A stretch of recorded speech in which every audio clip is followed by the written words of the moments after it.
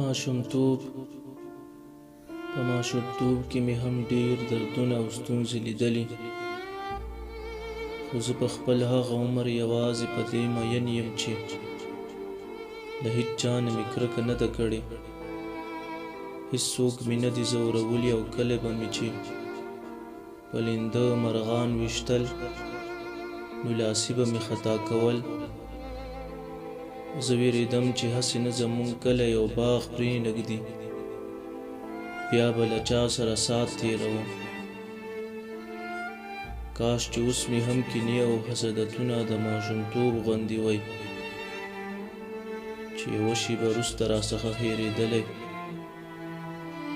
او د دښمن په نوم مې هېڅ هم نه پېژندلی.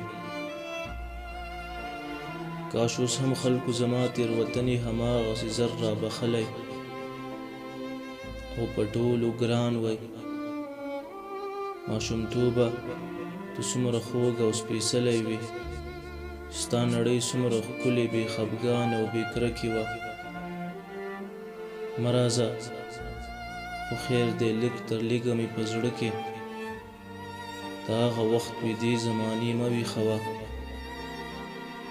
پرېږده چې یو وخت مې په زړه کې د کرکې او نفرت کنګل ویلي، او د مینې لمر پکې د موسکا او خوښیو تودوخه خوره کړي.